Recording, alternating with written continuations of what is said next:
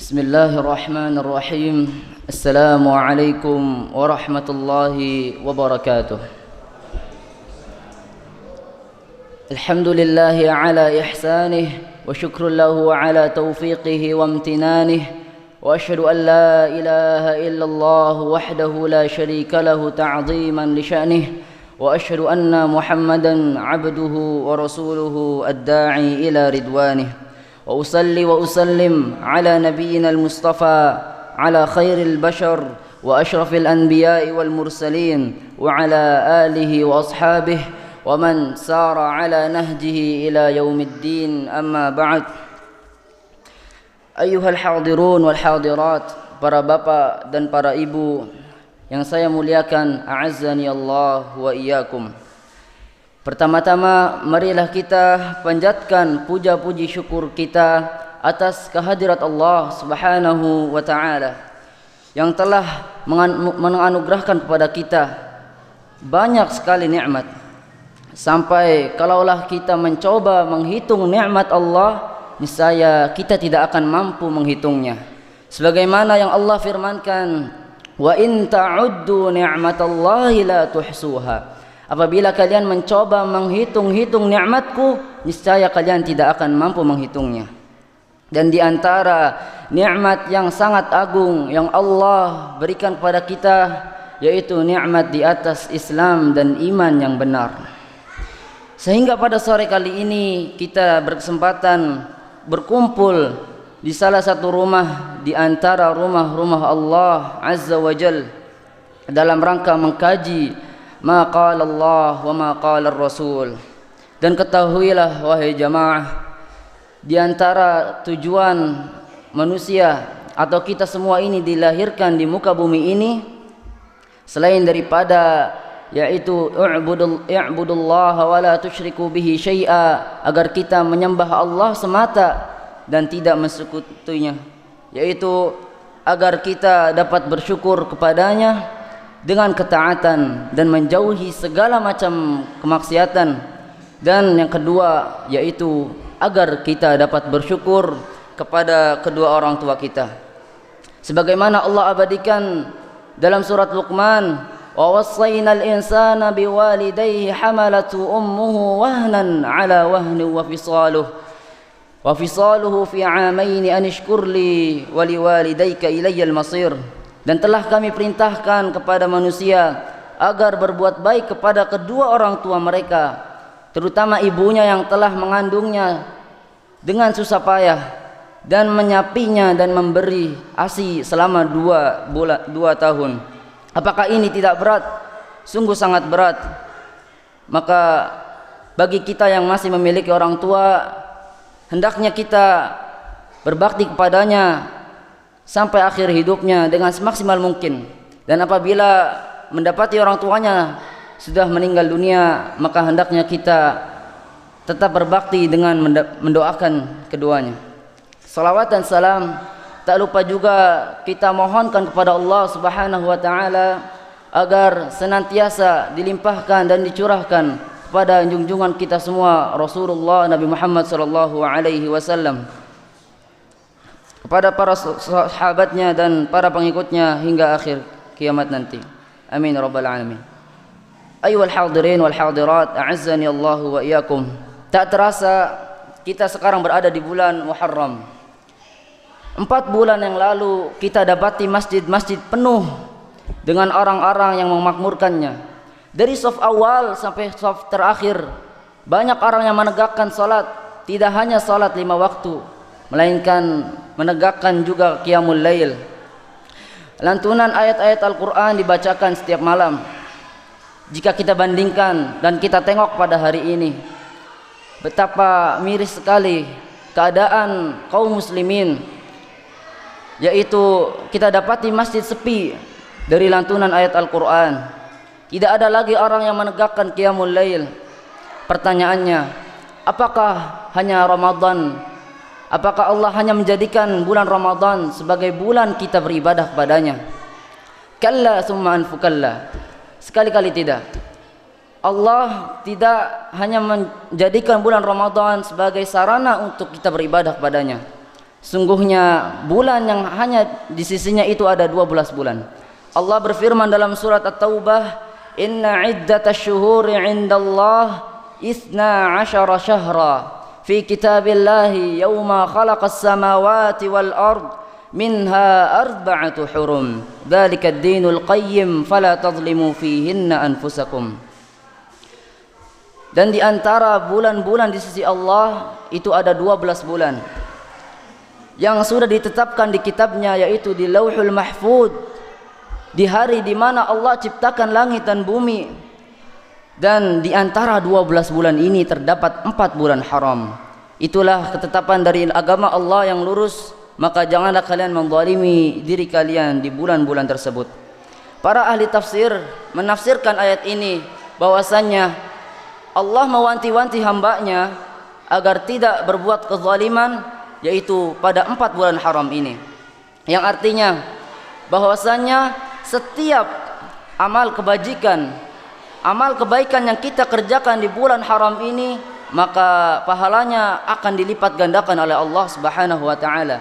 Dan sebaliknya, setiap amal keburukan, setiap kemaksiatan yang kita kerjakan di bulan-bulan haram ini, maka Allah akan lipat gandakan juga dosanya.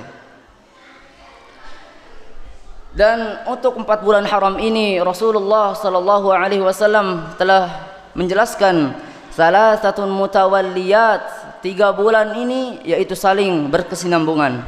Di antaranya Zulqa'dah, Zulhijjah dan Muharram. Wa Rajabun syahrun mudar alladhi baina Jamadil akhirah wa Sya'ban. Dan 1 bulannya itu terpisah, yaitu antara bulan Jamadil akhirah dan bulan Sya'ban. Kita sekarang sedang berada di bulan Muharram. Sudahkah kita mengintrospeksi diri kita akan berapa kemaksiatan yang telah kita kerjakan di hari ini? Berapa dosa yang telah kita lakukan di hari-hari ini, terutama di bulan-bulan haram ini? Sudahkah kita menghisab diri kita sebagaimana apa yang telah dikatakan oleh sahabat Umar bin Khattab radhiyallahu anhu, hasibu anfusakum qabla an tuhasabu. Hisablah diri kalian sebelum kalian dihisab oleh Allah Subhanahu wa taala di akhirat kelak nanti. Karena apa? Karena apabila kemaksiatan seorang hamba sampai kepada tahap pengadilan, yaitu di padang mahsyar nanti, maka hisabnya akan dipersulit oleh Allah Jalla wa Ala. Maka di sini seyogianya kita selalu mengintrospeksi diri. Setiap malam sebelum kita tidur, kita introspeksi diri apakah kita sudah melakukan dosa pada hari ini. Dan kita segera bertaubat kepada Allah Subhanahu wa taala. Maka disinilah pentingnya taubat. Banyak di antara kita salah kaprah dalam memahami taubat, yaitu kita meninggalkan kemaksiatan begitu saja. Itu salah, wahai jamaah, salah. Namanya taubat itu kita meninggalkan kemaksiatan dan kembali kepada Allah dengan ketaatan. Bukankah Allah berfirman, al-hasanatu tuzhibna sayyi'at? Amal kebajikan itu menghapus segala macam keburukan. Dan Nabi SAW bersabda, wa atbi'is sayyi'atal hasanata tamhuha. Dan sertakanlah amal keburukan itu dengan amal kebajikan. Karena apa? Karena amal kebajikan itu dapat menghapus amal keburukan. Ibadah taubat merupakan ibadah yang sangat agung. Saking agungnya, maka pelaku kesyirikan akan kekal dalam neraka jikalau tidak diiringi dengan taubat. Taubat juga memiliki kedudukan yang tinggi dalam agama Islam ini. Dan ketahuilah wahai jamaah, bahwasanya ibadah taubat itu memiliki 3 syarat, yang mana kata para ulama itu bercabang hingga 6 syarat. Yang pertama, an-nadamu ala fi'li sayyi'at, yaitu syarat yang pertama untuk bertaubat, orang itu menyesal dengan sebenar-benarnya penyesalan untuk tidak mengulangi kemaksiatan itu. Iqla'u 'anidz dzunub, yang kedua melepaskan diri dari kemaksiatan itu. Dia harus berhenti dari kemaksiatan itu. Dan yang ketiga, al-azmul qawi bi'adami tikrar, agar dia berazam dan bertekad kuat dalam hatinya agar tidak mengulangi kemaksiatan itu. Dan syarat selanjutnya yaitu an yakuna taib mukhlishan lillah, agar orang yang bertaubat itu bertaubat dengan keikhlasan. Karena apa? Karena keikhlasan itu merupakan pondasi atau pilar paling penting dalam diterimanya amalan seorang hamba. Karena apa? Ibadah yang tanpa disertai keikhlasan oleh Allah, walaupun ia ittiba' kepada Nabi Muhammad, ia mengikuti tuntunan salat jamaah, misalkan mengikuti seperti apa yang Nabi contohkan, tetapi ia tidak ikhlas, maka ibadah itu bernilai kesyirikan di mata Allah. Dan apabila ibadah tersebut diiringi dengan keikhlasan tetapi tidak ittiba' kepada Nabi, maka amalan tersebut menjadi bid'ah. Na'udzubillahi min dzalik. Kemudian syarat selanjutnya yaitu taubat seorang hamba akan senantiasa diterima oleh Allah sampai datangnya dua waktu ini. Ketika sudah datang dua waktu ini, maka taubat seorang hamba tidak lagi berlaku.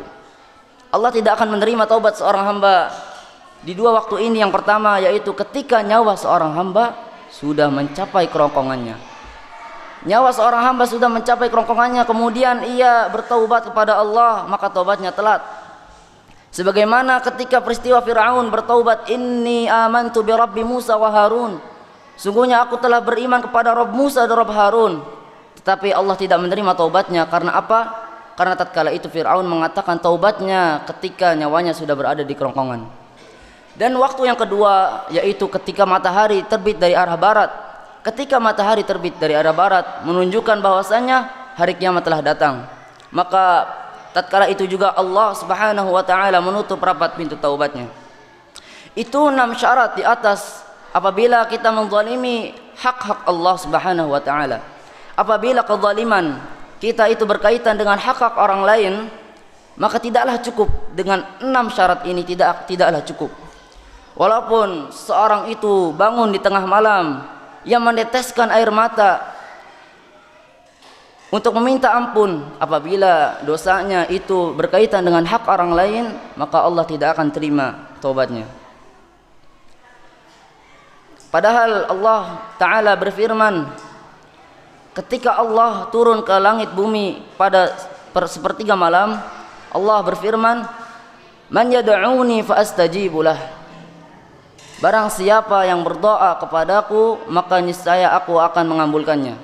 Wa man yastaghfiruni fa aghfirulah, dan barang siapa yang meminta ampun kepadaku pasti aku akan ampuni. Wa man yas'aluni fa u'tiyalah, dan barang siapa yang meminta kepadaku niscaya aku akan beri dia. Tapi keadaan seorang hamba yang bertaubat tetapi itu berkaitan dengan hak orang lain, maka ia harus mengembalikan dan meminta keridhaan dari orang tersebut terlebih dahulu. Karena wahai jamaah, az-zulmu zulumatun yaumal qiyamah. Perlu kita ketahui bahwasannya kezaliman itu merupakan kegelapan yang bertubi-tubi pada hari kiamat nanti. Maka siogianya bagi kita sebelum datangnya hari kiamat nanti, kita harus mengintrospeksi diri kita masing-masing. Karena Nabi SAW bersabda, kullu bani Adam khata' wa khairu khataihi at-tawwabun. Seluruh bani Adam itu pasti berbuat kesalahan, paling banyak berbuat kesalahan, dan sebaik-baik dari mereka yaitu orang-orang yang bersegera dalam bertaubat.